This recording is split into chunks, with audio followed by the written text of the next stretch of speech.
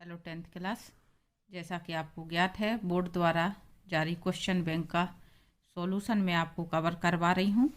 और इसमें हम सबसे पहले सेक्शन डी लिटरेचर के ऑब्जेक्टिव टाइप क्वेश्चन आंसर को कवर कर रहे थे।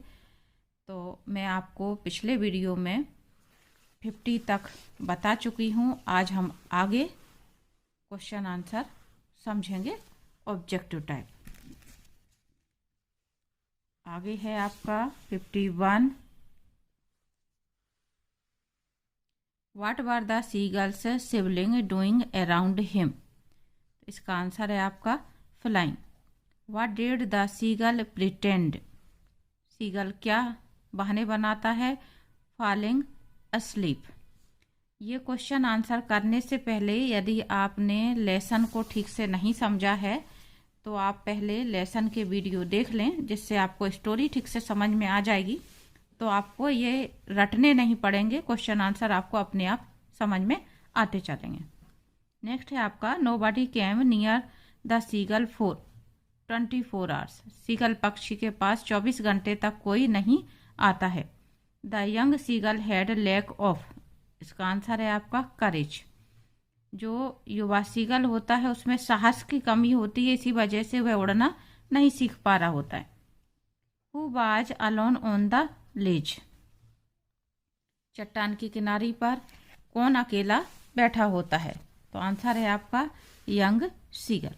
आगे हैं आपके लेसन 3 ब्लैक एरोप्लेन के क्वेश्चन आंसर। पहला है आपका why was the aeroplane twisting in the air. Aeroplane हवा में क्यों ट्विस्ट हो रहा था, क्यों हिचकोले ले रहा था? ड्यू टू स्टॉर्म, तूफान के कारण।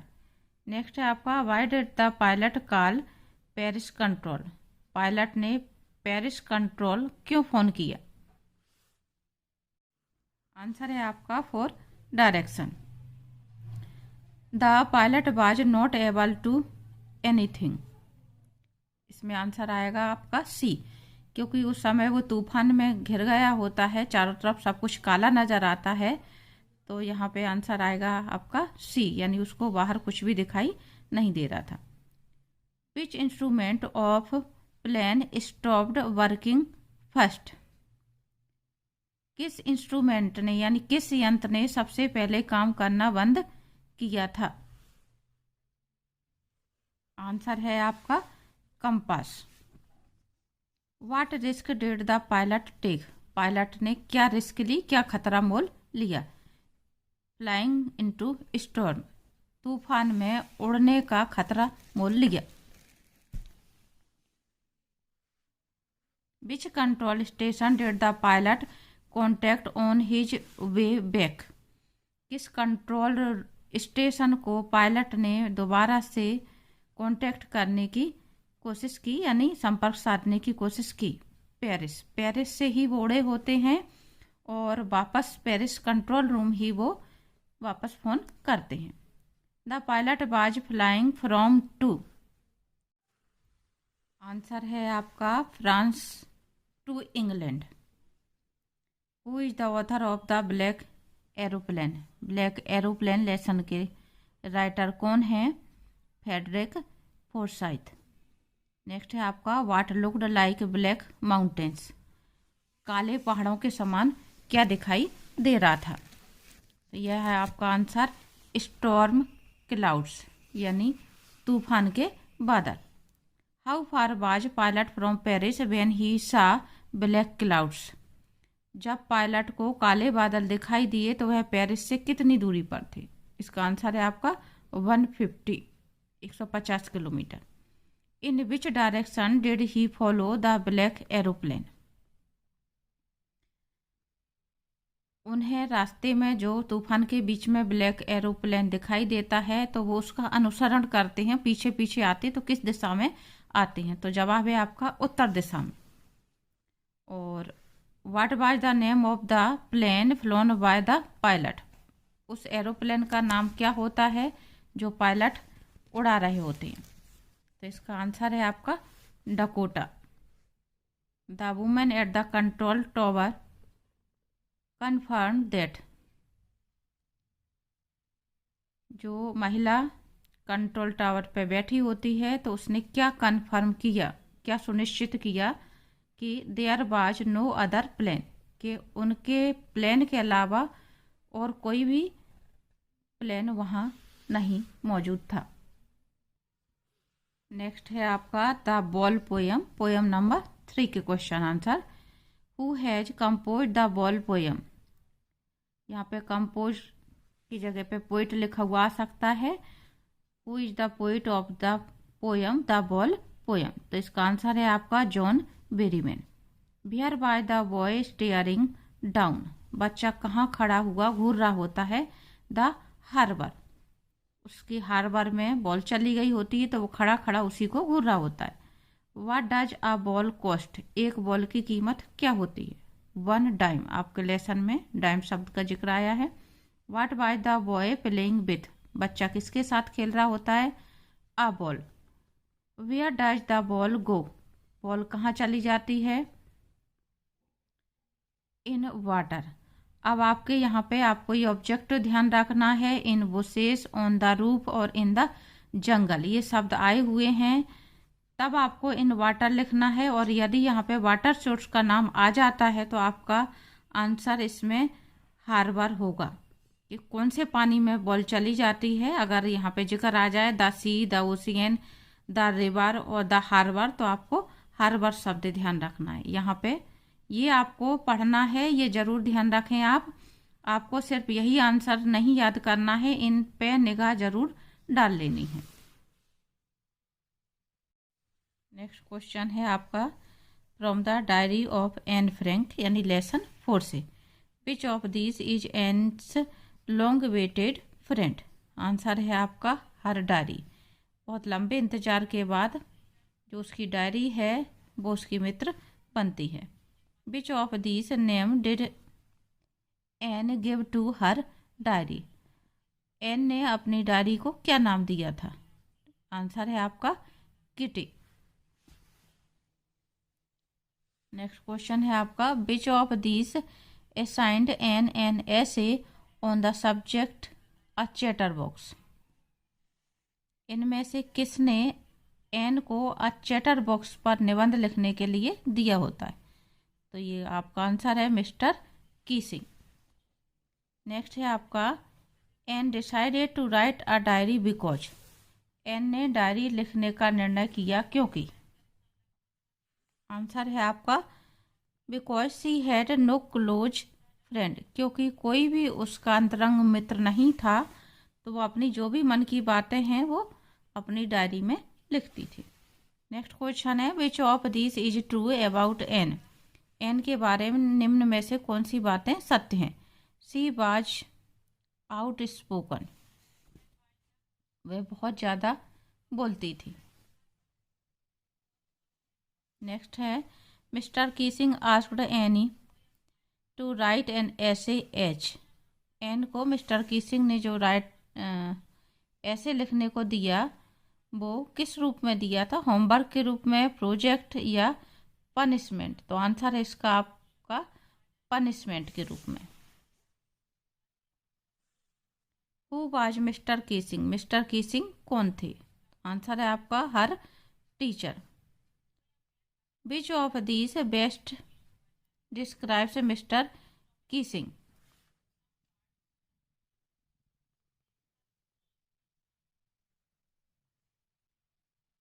नीचे लिखे शब्दों में से मिस्टर कीसिंग को सबसे ज़्यादा अच्छे तरीके से कौन डिस्क्राइब करता है, यानी उनके बारे में कौन से ऐसे शब्द हैं जो सही बताते हैं। तो ये आपका strict and innovative. What was Margot Franks birthday gift, Margot Frank के बर्थडे का गिफ्ट क्या था। ये एन की बड़ी बहन होती है, बड़ी सिस्टर। तो हर सिस्टर एन फ्रैंक, क्योंकि उसके बर्थडे के दिन ही उसको उसके पास ले जाया जाता है, तो इसलिए वो ये बात कहती है कि उसको उसके बर्थडे प्रेजेंट के रूप में प्रस्तुत किया गया था। नेक्स्ट क्वेश्चन है आपके द 100 डिशेस फर्स्ट, आपके ये 2 लेसन हैं, लेसन 5 और 6, तो दोनों के ही क्वेश्चन यहाँ पे कंबाइंड दिए जा रहे हैं। The 100 dishes first and second. Who lived in Wogan Heights, Wogan Heights में कौन रहता था? तो आंसर है आपका Wanda. Which of these describes the place Wogan Heights, नीचे लिखे कौन से शब्द वोगन हाइट्स के बारे में वर्णन करते हैं? पहला है आपका मडी एंड अनक्लीन, गंदा स्थान और मडी यानी कीचड़ से युक्त। वाट वाज बांडास ट्रू नेम, बांडा का पूरा नाम क्या था? सही नाम क्या था? Wanda Petronski. और how many drawing did Wanda draw, Wanda ने कितनी ड्राइंग बनाई होती हैं? तो ये आंसर है आपका 100, क्यों क्वेश्चन उसी के ऊपर है जो आपका लेसन है the 100 dresses. Who did Maddie think would win the contest, Maddie का क्या सोचना था?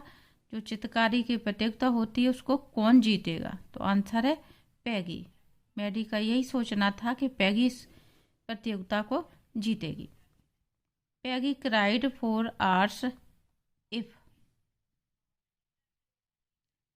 पैगी घंटों तक रोती थी यदि एनिमल्स वर मिसट्रीटेड, यदि कोई जानवरों के साथ गलत व्यवहार करता था तो एनी को बहुत ज़्यादा दुख होता था। Which classroom did children sit in, room number 13, lesson के शुरू में इस बात का जिक्र आता है। Where in the classroom did Wanda sit, classroom में वांडा कहाँ बैठती थी?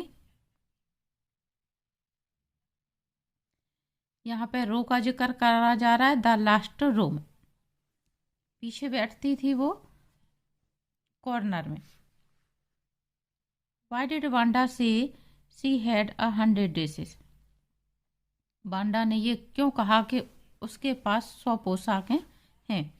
Because she had the designs of 100 dresses in her mind, क्योंकि उसके दिमाग में 100 पोशाकों की डिजाइन दिमाग में होती है।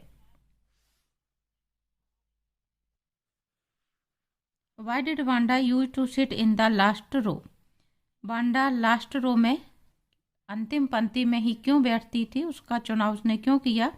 Because her feet were covered in dirt and mud, क्योंकि उसके जो पैर हैं वो मिट्टी और कीचड़ से सने हुए रहते थे, इस वजह से वो पीछे बैठना पसंद करती थी ताकि किसी का ध्यान ना जाए। इन वाट वे पैगी वाज क्रूअल टू बांडा, किस तरह से पैगी बांडा के प्रति क्रूअल थी, निर्दयी थी। सी यूज टू बुली हर,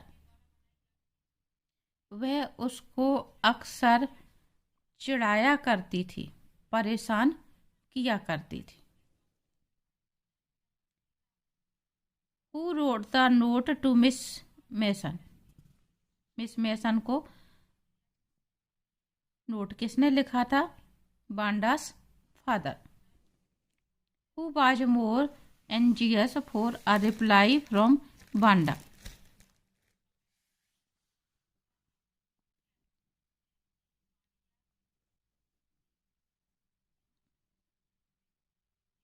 बांडा के लिए उत्तर के लिए कौन चिंतित था?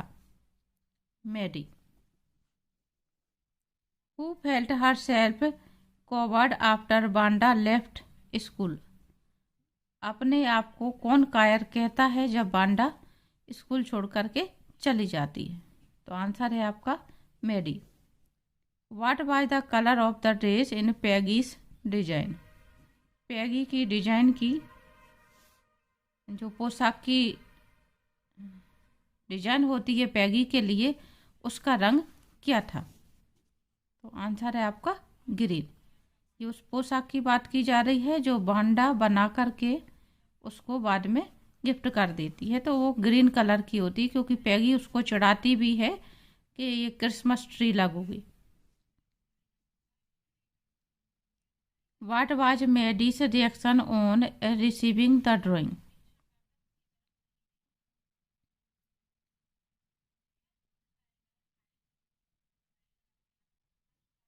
said।